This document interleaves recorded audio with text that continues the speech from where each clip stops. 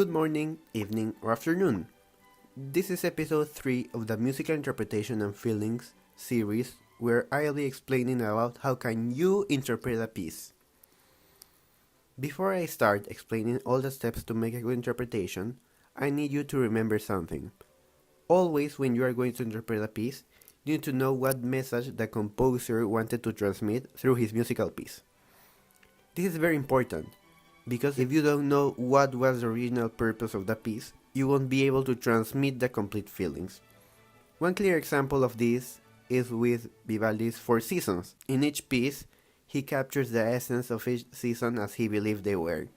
That means, in order for someone to interpret Vivaldi's piece correctly, they have to express the piece as how they believe each season is, and how they feel.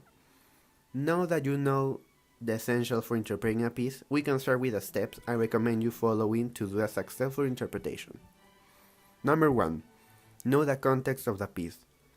Apart from knowing the purpose of the musical piece, it's also important to know the context of the piece, meaning when was it composed and what was happening at the time, in order to be able to know how the composer wanted it to be performed. Number 2. Think of the piece as if it was a story. By using your creativity to create a whole story by listening to the piece, will be easier to interpret each part, as you would know what feelings you want people to feel in each part. Number 3. Use dynamics.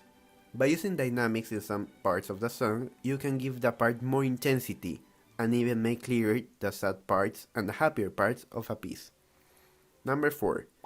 Add articulations where you feel they should be. Add articulations to your liking in parts where you think would increase the intensity of the piece. These are just some steps to make your interpretation better. Remember, you need to make the piece you are interpreting as if it was yours, so you create your own way of interpreting it.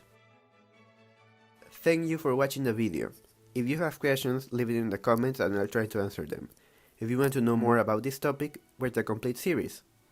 Bye bye!